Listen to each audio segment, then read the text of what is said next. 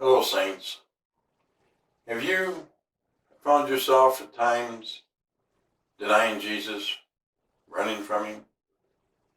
We see here in the book of Zechariah, chapter 13, where God predicted that they would all abandon Jesus. Zechariah writes in chapter 13, there in verse 7, he says, "Awake, O sword, against my shepherd, and against the man, my associate, declares the Lord of hosts. Strike the shepherd, that the sheep may be scattered. I will turn my hand against the little ones." And Jesus echoes this here. We'll look at it here in the Gospel of Mark, chapter 14. And there he tells them, there in verse 27, about how they're going to disavow him. He says in verse 27, "And Jesus said to them, you will all fall away, because it's written, I will strike down the shepherd, and the sheep will be scattered." So he already knows as he's predicting this.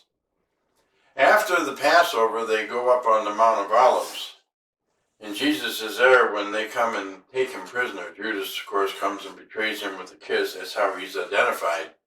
And we see then that in verse 50 of chapter 14, and they all left him and fled.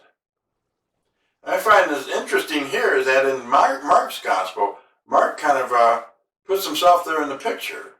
Many believe these next verses in 51 and 52 is a reference to Mark. Kind of like if you watch the old Hitchcock movies, the director would put himself in a little cameo in the background, almost an insignificant appearance that if you're not careful, you'd miss it completely. And here in 51 and 52, we read, "A young man was following him, wearing nothing but a linen sheet over his naked body, and they seized him. But he pulled free of the linen sheet and escaped naked." The point here is they all fled. There was nobody that stayed with Jesus. We even see here the reclamation at the end of John, chapter 21, where Peter, who's the one that is pointed out by Jesus to deny him specifically. And we see that the result here is what happens after such a declaration, after such a disavowal. When you deny Jesus. We see Jesus here restoring the ministry of Peter. In chapter 21, right here at the end, verses 15, where he says to Peter, "Do you love me?" And he says, "You know that I love you," in verse 15. And he said to him, "Tend my lambs," or in the King James, "Feed my sheep." And he tells him 3 times, one to seem to counteract each of the times that Peter said he didn't know Jesus. Each time he denied him.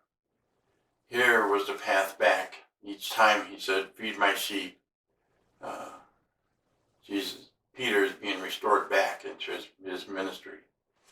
And so we find that even in the face of this denial, that God has given us a way back into acceptance with him.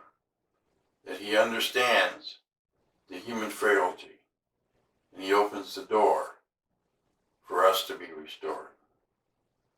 The story of the denial of Jesus upon his arrest is not the final word about the disciples and the apostles of that time.